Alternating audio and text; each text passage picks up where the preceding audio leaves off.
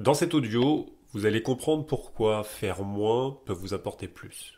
Alors, qu'est-ce que j'appelle faire moins peut apporter plus? Ça veut dire que vous focalisez sur certaines choses dans les courses euh, va vous permettre d'obtenir de meilleurs résultats que si vous cherchez le toujours plus d'informations, le toujours plus de courses, le toujours plus de chevaux à parier, ou le toujours plus de paris à faire. Euh, je vais commencer par cette citation de Warren Buffett qui nous dit ça. La diversification fait très peu de sens pour ceux qui savent ce qu'ils font. La diversification n'est qu'une protection contre l'ignorance. Alors, qu'est-ce qu'il veut nous dire en fait? Warren Buffett, renseignez-vous un petit peu sur qui c'est, si vous ne le savez pas.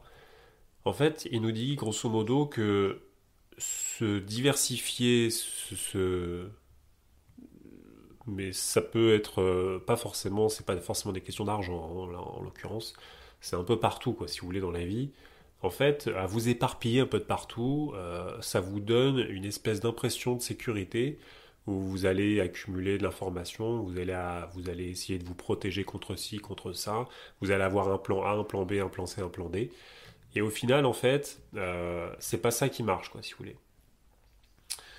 C'est pas ça qui marche parce que ce qui marche, c'est un peu ce qu'on appelle un peu la loi de Pareto, c'est-à-dire au lieu de chercher à faire le maximum de choses, pardon, identifier plutôt ce qui a le plus de valeur et ignorer tout le reste.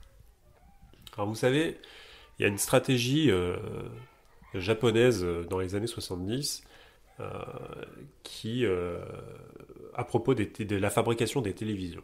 Alors je vous explique. En fait, dans les années 70, en fait, il y a eu une compétition assez féroce dans la construction des télévisions, parce que bah, c'était un marché émergent, en fait.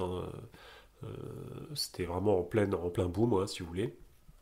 Et donc, en fait, les Américains et les Japonais faisaient une guerre féroce là-dessus.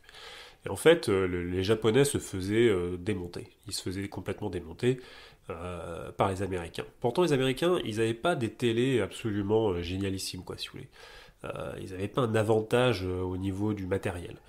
Euh, mais les Japonais se faisaient démonter. En fait, ce qu'ils ont fait, les Japonais, c'est qu'ils ont réfléchi un petit peu. Ils se sont dit, bon, on va pas essayer d'améliorer nos produits, parce que nos produits, c'est pas qu'ils vont pas bien, en fait, c'est qu'on a des problèmes de structure. On a des problèmes intrinsèques à la production. Donc en fait, ils ont tout regardé, ils ont tout checké, ils ont tout regardé un petit peu comment ça se passait, la production, enfin tout, quoi. Et en fait, ils ont dit, ok, au lieu d'améliorer nos produits, au lieu d'améliorer nos télés, on va améliorer notre production, on va améliorer nos processus. On va améliorer nos processus. Ils se sont rendus compte que, bah, par exemple, les ouvriers, ils étaient mal installés, que du coup, ils cherchaient leurs outils, que du coup, ils perdaient du temps, que du coup, ils faisaient des erreurs d'inattention parce que bah, ils n'avaient pas les bons outils sous la main et du coup, bah, ils faisaient un petit peu ce qu'ils pouvaient, quoi. Et en fait, ils se sont rendus compte de tout ça, quoi. C'est-à-dire que, vous voyez, c'est des trucs qui paraissent bêtes. C'est-à-dire qu'on va se dire, mais oui, mais en fait, les Japonais se font défoncer par les Américains sur un marché mondial des télévisions parce que, en fait, les ouvriers, ils n'arrivent pas à trouver leurs outils. C'est bizarre. Et pourtant, c'est ça. Et pourtant, c'était ça. Donc, ce qu'ils ont fait, c'est que ils ont complètement changé ça. Vous voyez, ils n'ont pas changé leur télé, en fait.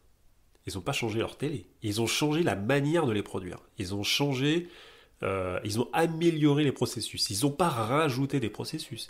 Ils ont fait en sorte que les ouvriers n'aient plus à se tourner. Ils ont fait en sorte que les ouvriers aient tous les outils à leur disposition pour travailler efficacement. Ils ont fait plein de choses comme ça, en fait. Et en quelques années seulement, ils ont complètement retourné la situation. Mais complètement. C'est-à-dire que les Américains avaient un taux de SAV absolument dément comparé aux Japonais qui avaient une fiabilité sans faille, quoi. Les télés japonaises étaient génialissimes. Et juste en améliorant leur processus de fabrication, pas en changeant complètement le truc, pas en se disant ah oui nos télés c'est de la merde, on va les changer. Non, ils se sont juste dit on va améliorer notre processus de fabrication et tout notre processus derrière.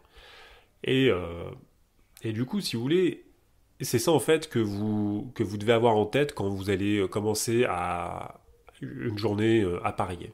Vous devez toujours vous dire, bon, qu'est-ce que je peux améliorer concrètement? Par exemple, vous pouvez très bien vous dire, choses complètement bêtes, hein, mais en tout cas, ça peut être valable. Vous pouvez vous dire, bon, le meilleur taux de réussite en simple placé, c'est le premier favori qui l'a. D'accord? Je sais pas, il est de 60% par exemple. Il est soit dans 60% des cas, il est dans les trois premiers. Comment améliorer ce taux de réussite? Simplement, hein.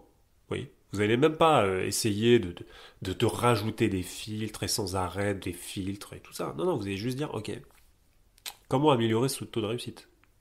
Qu'est-ce que je vais pouvoir faire? Par exemple, je sais pas, je vais arrêter de parier le favori, par exemple, dans les courses pour 2 ans, dans les trotteurs. Je vais, dès que, je sais pas moi, dès que le favori passe la cote des 5 contre 1, bah, je vais pas le parier.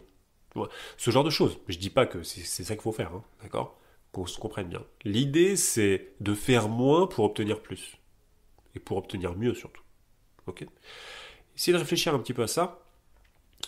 C'est un petit peu ce que je disais à propos de l'étude sur Paul Slovic, hein, c'est-à-dire que plus d'informations, plus de choses ne vous apportent pas mieux, ne vous apportera pas plus de résultats. Essayez plutôt de faire, de réfléchir à l'inverse, quoi, si vous voulez. C'est, au lieu de chercher à avoir plus de choses, plus d'informations, d'obtenir plus, essayez plutôt d'améliorer un processus. Essayez de vous dire plutôt, ok, j'ai de bons résultats là, je vois que je m'en sors bien, mais il y a des trucs qui fonctionnent pas, il y a des paris que j'aurais pas dû prendre, parce que je sais pas, peut-être sous l'émotion, sous coup de l'émotion, ce genre de choses. Essayez plutôt d'améliorer ces choses-là. Essayez plutôt de vous dire, bon, factuellement, je suis un bon pronostiqueur, par exemple, vous pouvez très bien vous dire ça. Factuellement, je suis un bon pronostiqueur, j'arrive à bien détecter les bons chevaux, mais il y a des chevaux sur lesquels j'aurais pas dû le faire. Vous voyez? Par exemple, moi, dans les pronostics que je donne, euh, parfois, en fait, moi, souvent, ce que je fais, c'est que je fais mon papier la veille, donc la veille au soir, et je l'envoie le lendemain matin. En fait, souvent, je me rends compte que bah, le jour même, en fait, genre à 1 heure ou une demi-heure du départ de la course, je vois que mon cheval, c'est un méga favori à 1,8 contre 1, quoi. Et j'ai limite en fait envie d'envoyer un email aux gens pour leur dire, bah, ne pariez pas sur ce cheval, quoi. Vous voyez? Parce que on sait très bien que ce genre de chevaux nous déçoivent souvent et, et que c'est notre tombeau en fin de compte. D'accord? Euh, donc voilà, donc essayez plutôt d'améliorer ce genre de processus pour éviter des paris entre guillemets bêtes, des paris perdants d'avance entre guillemets, et essayez plutôt d'être vraiment euh, d'être efficient, quoi, vraiment d'être cohérent et de ne pas vous perdre parmi les multitudes de choix que vous pouvez faire. Voilà. Je vous dis à bientôt.